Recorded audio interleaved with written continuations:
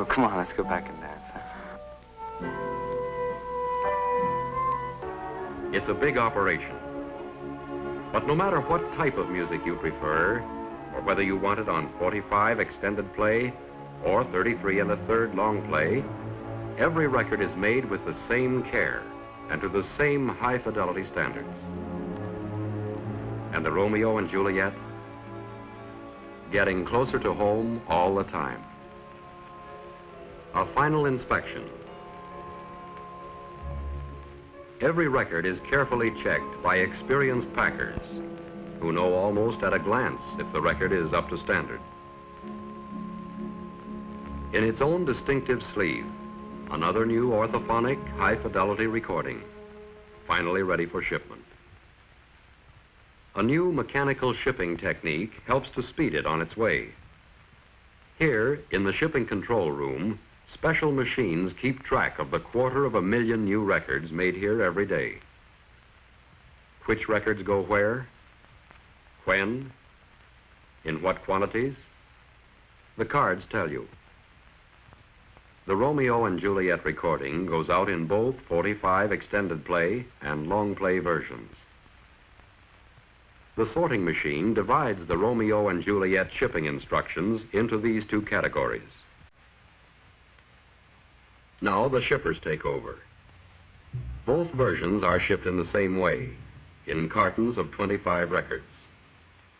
But let's follow the cartons of 45 extended play albums. As they're picked from the storage bins, the cartons are placed on a unique distribution rack invented here. From now on, one girl keeps everything running smoothly. As each order is filled according to the punch card instructions, she changes the setting on an automatic addressing machine.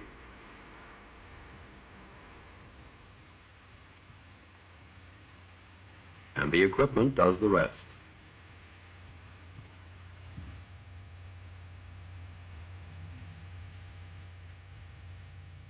The code number and address of the record distributor for this order is automatically stamped on each carton.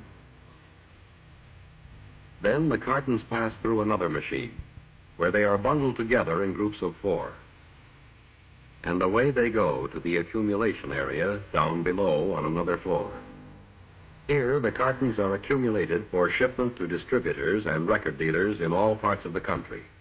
These long play albums have been through the same shipping process as the 45s. And now both versions are on the home stretch. Hundreds of identical and faithful copies of one high-fidelity recording. Tchaikovsky's Romeo and Juliet.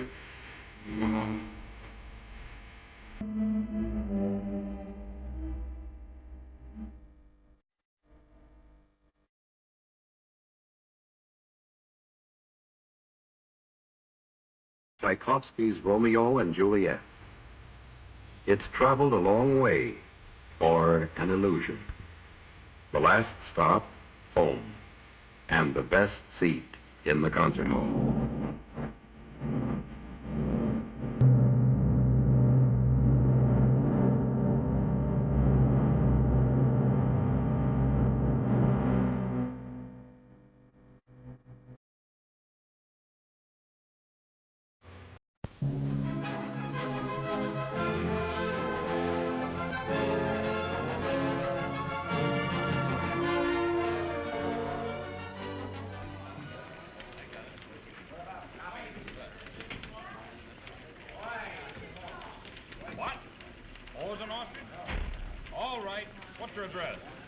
Hello, Mr. Smith.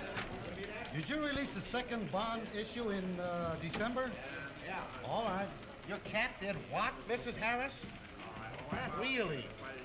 All right, okay.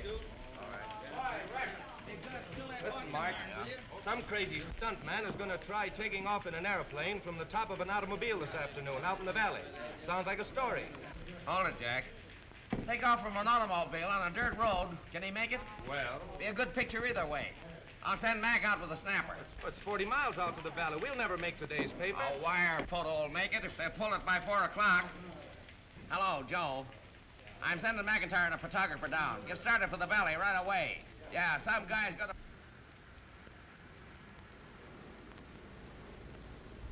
Speed, the life's blood of a newspaper. Speed. For I lift the lamp beside the golden door.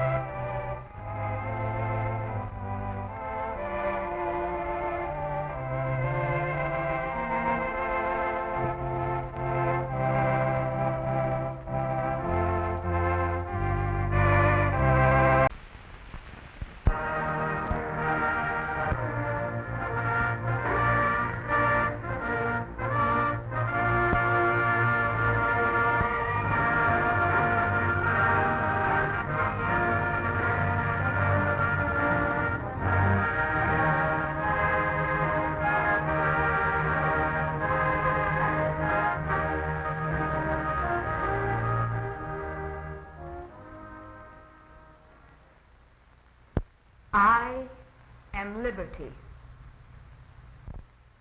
I am the living symbol of all women, creeds, and races. I am the hopes and dreams of all mankind.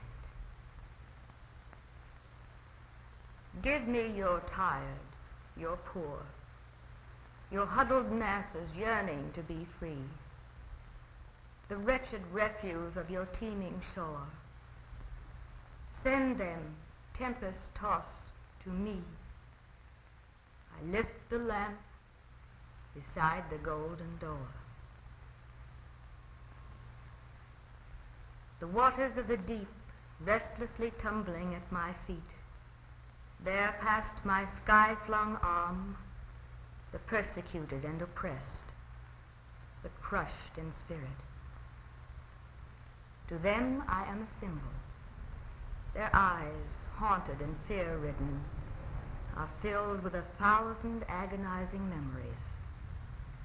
But as they look upon me, a newfound courage gleams.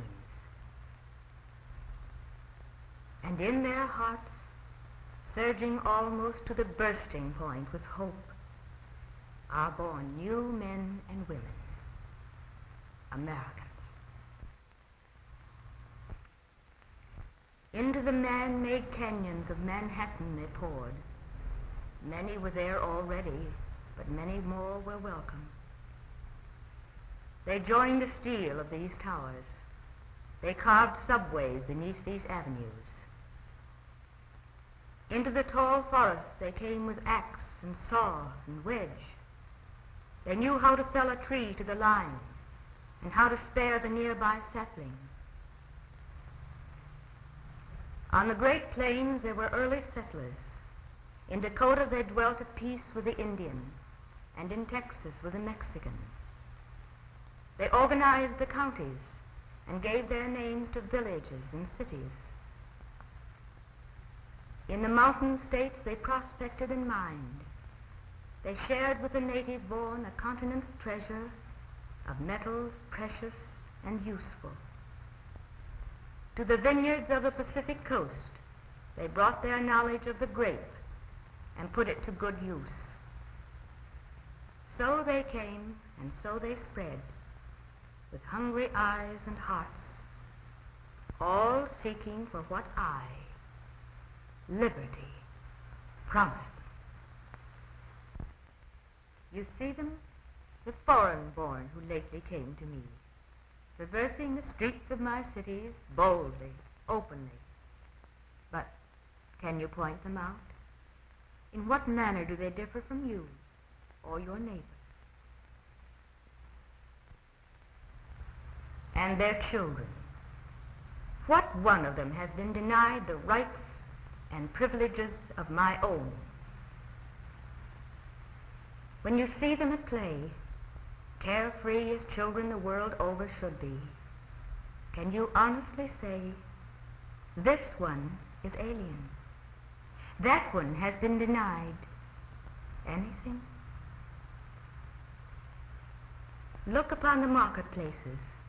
Consider the storefronts.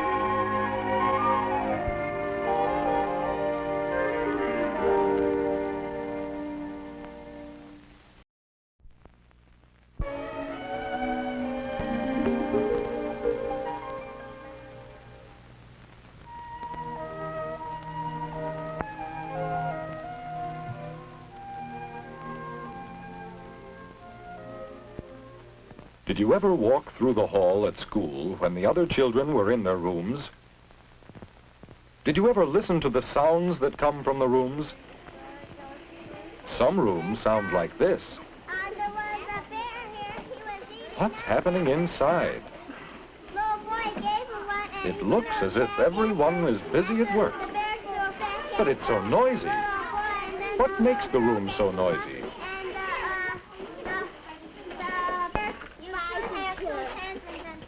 Well, children don't stay in their own work groups. Daddy, I'll see you after school. Sometimes children drop things on the floor.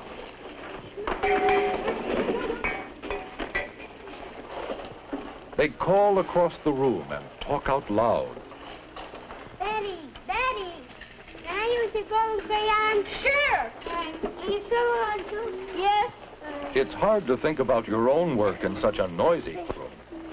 You couldn't learn very much here. That's right, darling. Well, where did you leave off then? I left off for, And you couldn't be proud to be part of such a noisy room, could you? boy instead of the little girl. Do all the rooms in school sound like this? Let's visit another room. Listen.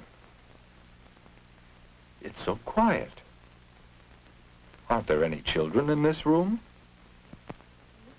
Would you tell us what we read? Oh, there are children here. And they're all busy, too. But there aren't any loud noises, just the sounds of working. We call these work sounds. Oh, that's fun. Listen. Now, children, let's read just one more paragraph.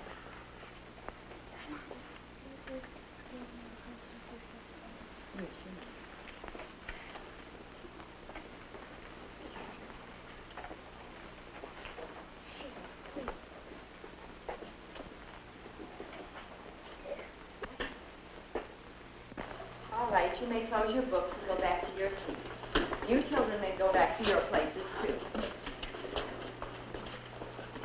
Why do you suppose this room is so quiet? Perhaps we can learn from the teacher, Miss Bradley. Well, I think it's because each of us helps to keep the room quiet when we're working. But we're not quiet all of the time. You're not? No, we know there are times and places to be quiet, and other times and places when we can make noise if we want to. For example, when we play, we make all the noise we want. Sometimes making a lot of noise is a part of the fun of the game. But when we go to the library, we are very quiet because we know it's a room where we read to ourselves. When we watch movies, we are careful not to make too much noise. That way we can hear and learn more. And you know, we have found that knowing when to be quiet is a part of growing up. Offices where people work are busy but quiet. And that is the way we keep our room. Because a quiet room helps all of us learn. How do you do it? Well, each of us knows how to work quietly. That's very important. Will you show us? Of course.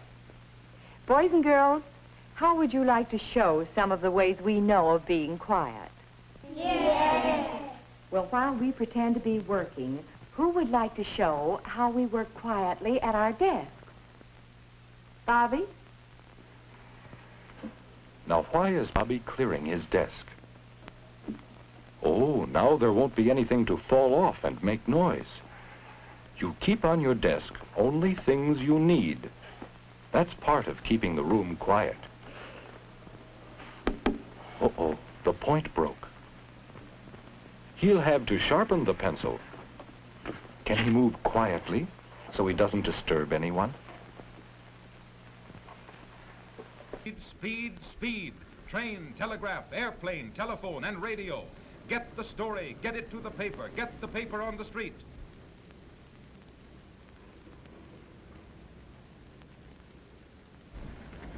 What time do you start, Marvin? Right now. Better warm up the machine, Ed. Ready for a hookup.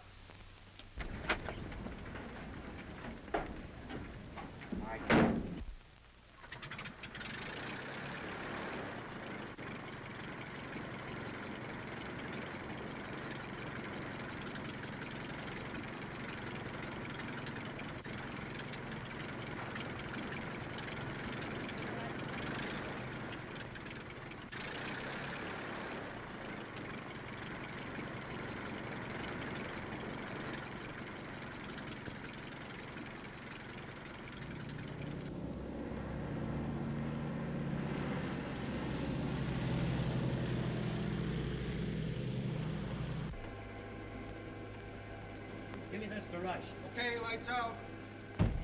Every available development of science and engineering has been utilized to get the story to the reader in the shortest possible time. And now, the latest miracle of news gathering, sending pictures by wire, has lifted the curtain on a new era in newspaper history. Traveling almost as fast as the telephone story, wired photos now go across the continent with the speed of light. Long distance supervisor, I want a clear circuit to the Daily News for picture transmission. Please keep this line clear. Here's the Daily News. Go ahead, please. Wide world wired photo. This is mobile unit number 1 in the valley, ready with pictures of stunt car and airplane. Give me your signal.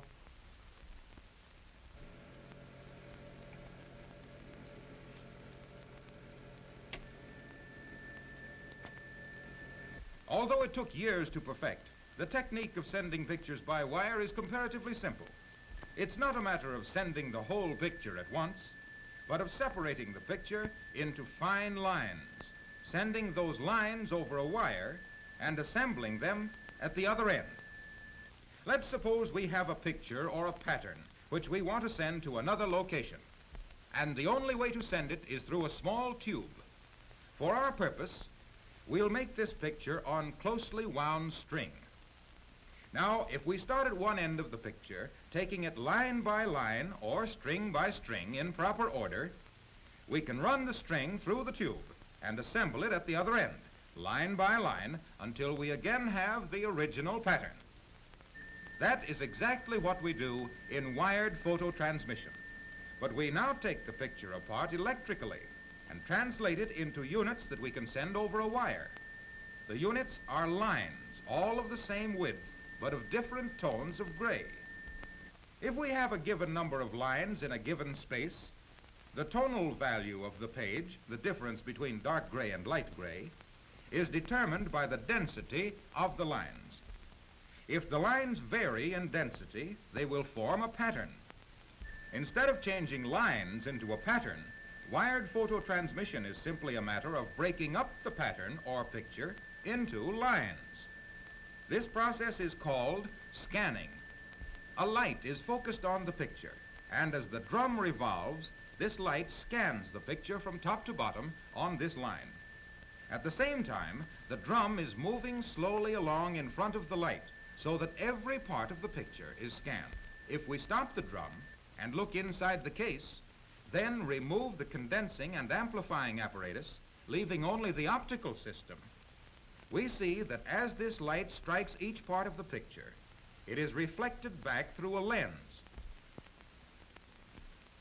and an aperture. The aperture allows only 1/100th of an inch of the picture to pass through at a time, so that the picture is scanned in fine lines. The light that gets through the aperture goes into the photoelectric cell. This cell contains a plate made of a metal that has a distinct reaction to light. Electric current will pass more freely through the plate when it is exposed to a lot of light. Very little electric current will pass through if the cell is dark. Therefore, when there is a white spot on the picture, a lot of light is reflected from it into the photoelectric cell, and a lot of current passes through the plate. If there is a dark spot on the picture, Where I am is the invitation to all. Enter and buy, no matter who you are. Where I am not is the placard of discrimination.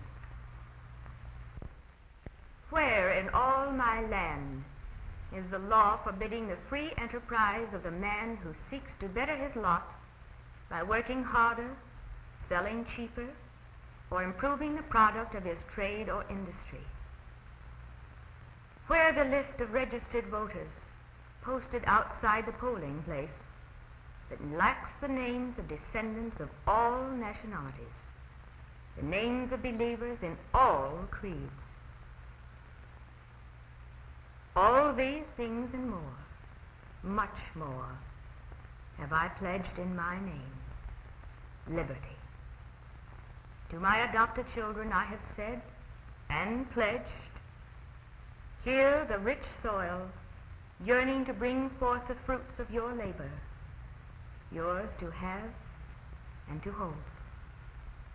There the mill, the plant, the factory where skilled workers produce a nation's necessities and luxuries, and also carve their own futures. Would you enter the learned professions?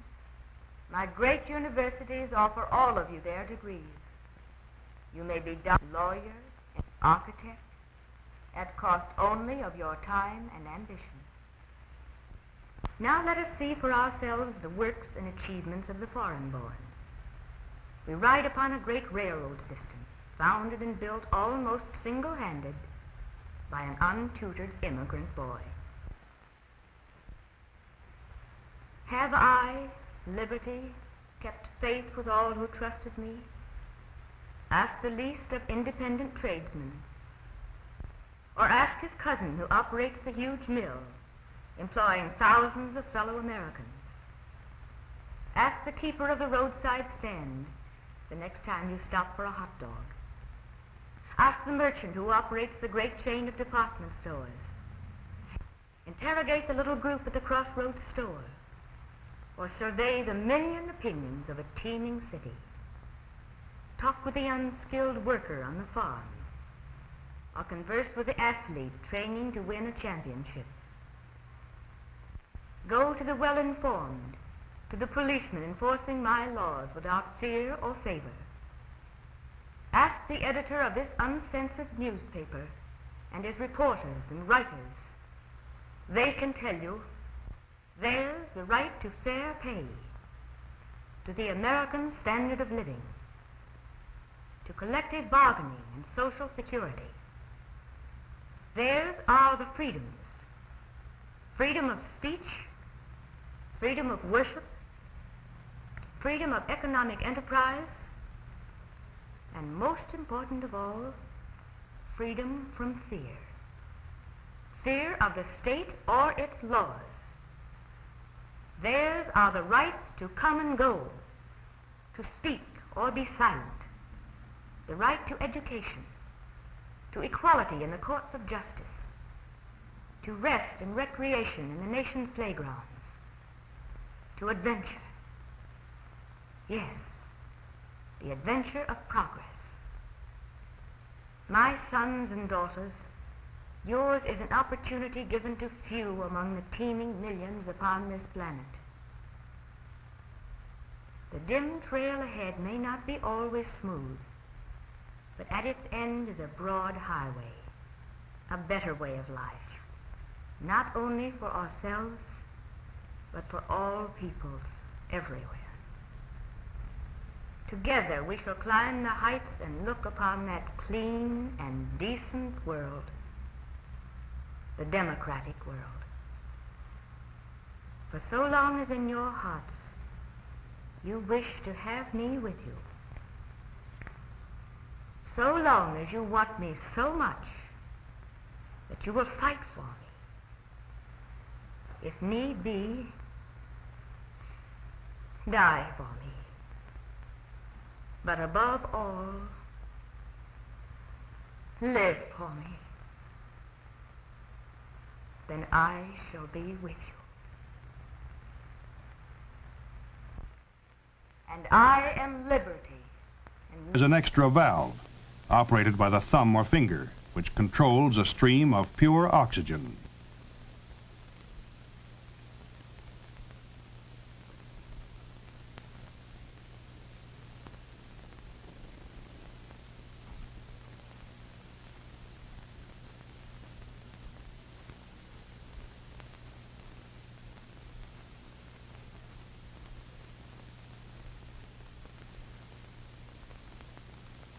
The metal is brought to a red heat at the point where the cut is to start.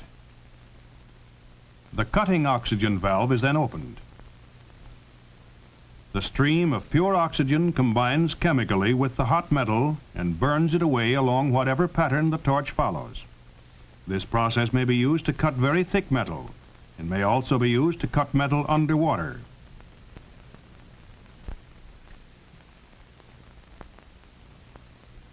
Spot welding is one example of the type of electric welding known as resistance welding.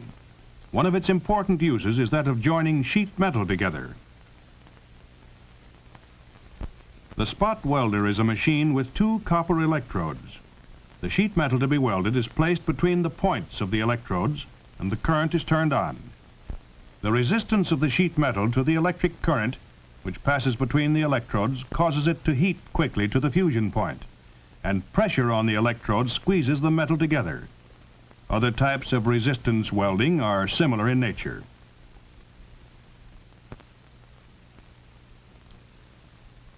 In arc welding, the material to be welded is grounded to the generator, either directly or through a metal table on which the work is placed.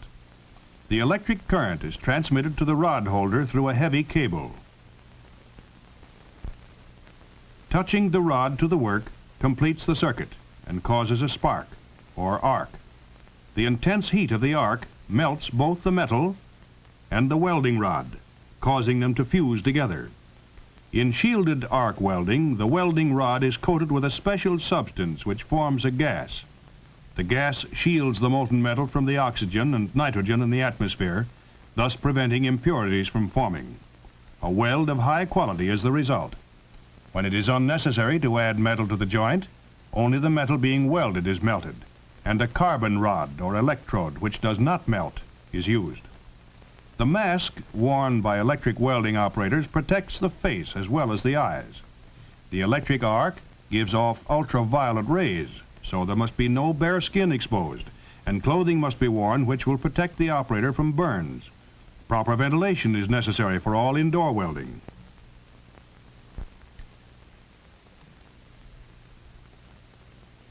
In production work, the welding operator may work on only one kind of material, held in a jig or form, and with just one kind of welding equipment. The operator may become highly proficient in specialized work and still not qualify as a skilled welder in other types of work. Job welding calls for a greater variety of skills.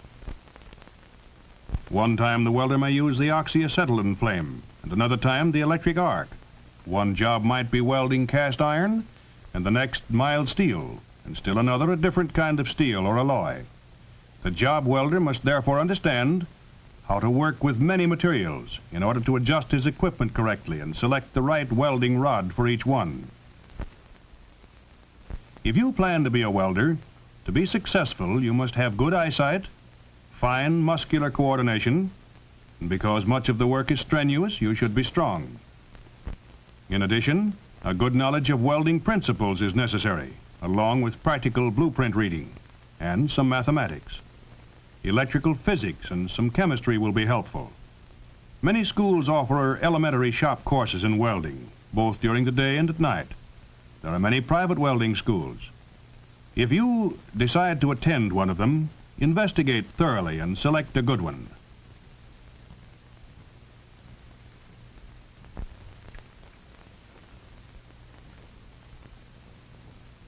Many machine parts which used to be cast as one piece are now welded from steel plates. This process provides greater strength with less weight and at lower cost. In the automotive industry, welding is employed in many ways. It has made possible strong steel automobile bodies, as well as the coach. Reproduces the sound from the left-hand section of the orchestra. The left side of the groove reproduces the sound from the right-hand section. Now, both at once, two totally different soundtracks coming from one groove, on one record, with one stylus. This is living stereo.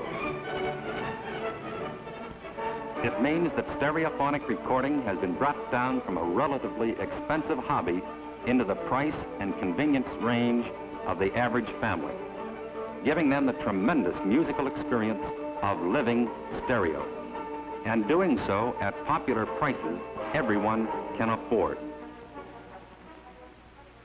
They will come in a brilliant variety, every kind of music for every kind of taste. Along with the new records comes a complete, dramatically new line of RCA Victor 2-in-1 stereo orthophonic Victrolas, covering the entire price range. All models will play monoraily as well as stereophonically. In other words, it will play any record, whether 78, 45, 33 1/3, 16 2/3, or the new living stereo record, and all in thrilling new living sound. In addition, for those customers who have purchased or may want to purchase new orthophonic high-fidelity Victrolas and who may at a later date want to convert to living stereo, RCA Victor will offer amplifiers, stereo pickups, speaker cabinets, and the necessary leads to permit a simple and inexpensive conversion. And now, while Ferdy Groffe's brilliant and beautiful Grand Canyon Suite is being played, you are going on a ride on the diamond tip of RCA Victor's new living stereo stylus as it plunges down through a canyon of sound where music is made.